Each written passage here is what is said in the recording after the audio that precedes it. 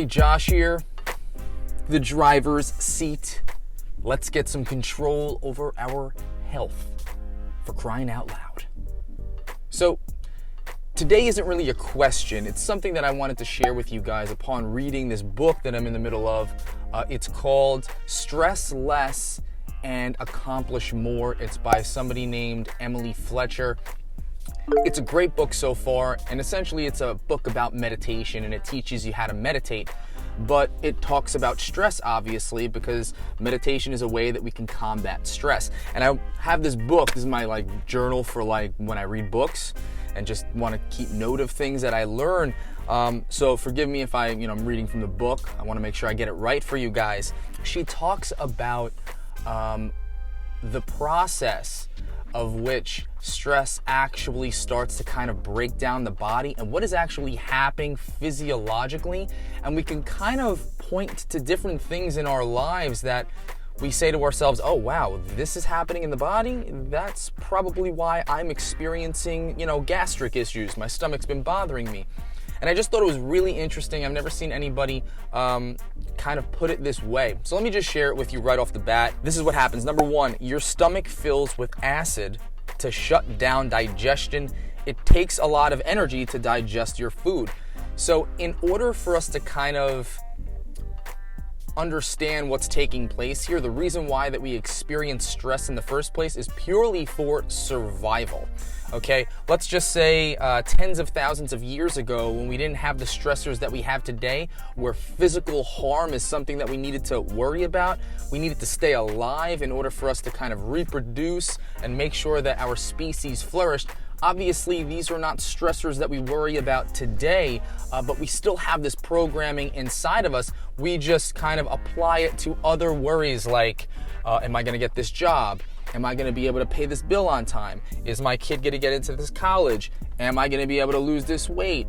Am I going to get disease at some point in the future? These are all internal emotional worries that we think about the future, okay? And this is how our body is responding to stress related to these things, except now the response that we're experiencing is really for our physical survival.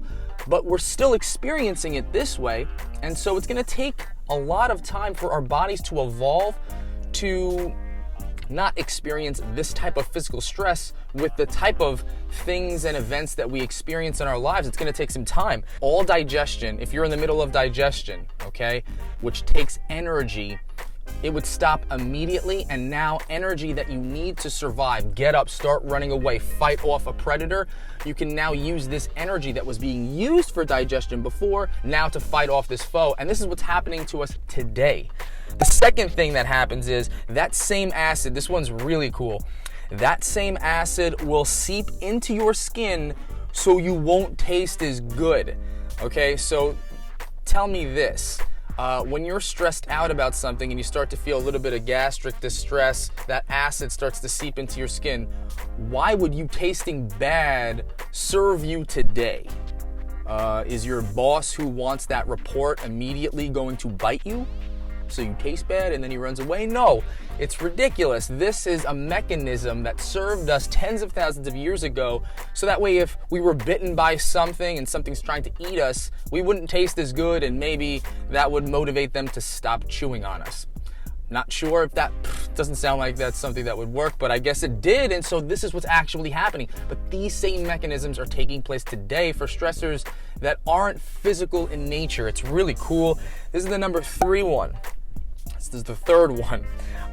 Blood thickens and coagulates so you don't bleed to death. And that's basically it.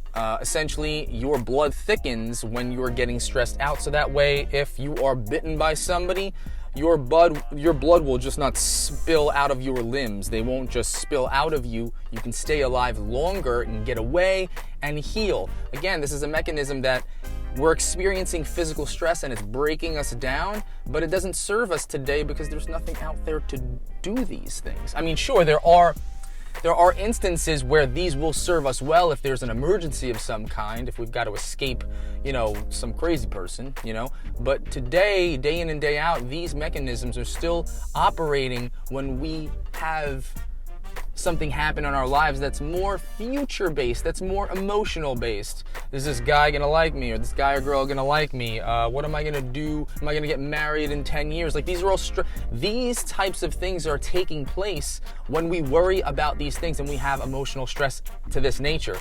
Number 4, vision goes from wide scope to tunnel vision. So your focus, which, is actually a great thing, everything outside of what needs to be taking place right now is basically thrown out the window.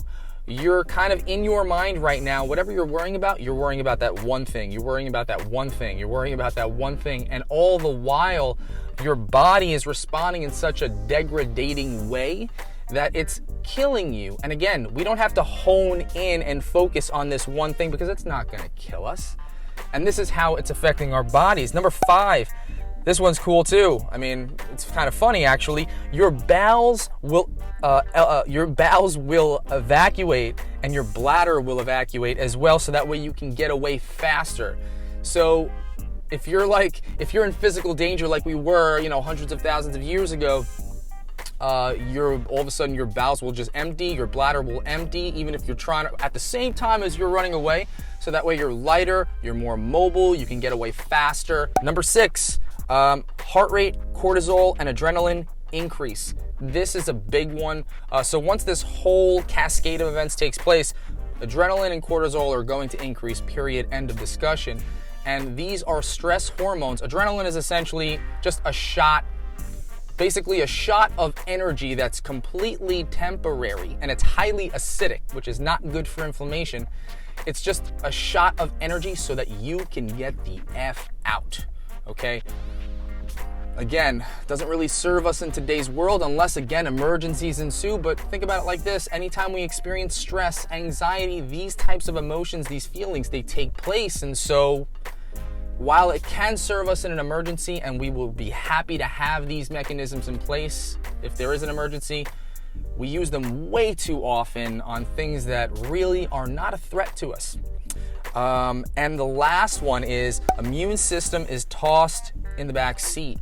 So if you're like hundreds of thousands of years ago, and I keep going back to that example, but that's what it was, what's the point of having a strong immune system when the threat is right there and it's about to eat your face off?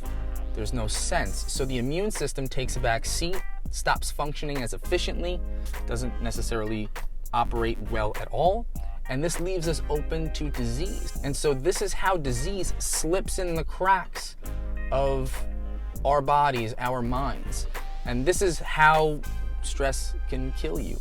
Our walls are put down, our defenses are put down because stress is banging those walls.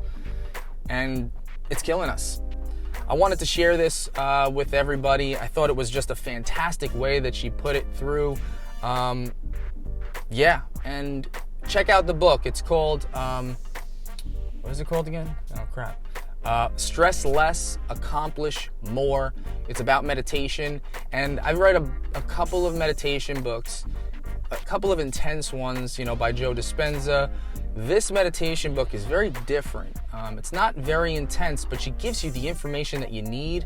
It's not overwhelming, and she gives you a methodology to meditation that's much more approachable, much more applicable, and it's not very intimidating, and it's effective. That's the really cool thing. Check her out, Emily Fletcher. This is like a free, advertisement for her, so that's cool. Even though, I have like millions, there's not millions of people watching me. But anyway, I think it's a great book. You guys should check it out. If you guys have any questions, let me know. Hit the subscribe button, hit that notification bell so you guys get updates to all my future videos. As you can see, my video frequency that I post is really picking up, and it's going to continue to happen. So hit that notification bell so you get notified of the next video that I implement. This video is supposed to be outside, but there was like lawn people just being loud, and I couldn't really do anything about it. So still in the car, not driving. So whoever that person was, thanks for letting me know that. I appreciate it, and I agree with you, and that's why I'm not driving. Also, if you're somebody who is thinking about doing the keto diet, if you're somebody who is thinking about wanting to change their health in some way, not necessarily sure what road to take, check out my website, ketosistherightway.com. There's a course there. It's essentially me bringing you through the process and taking these principles and applying them to your very specific and individualized goals. I'm still holding up this book like I'm doing something with it. Check it out. Hope you guys enjoyed the video. This has been The Driver's Seat. Have a great day. Yep, didn't shut it.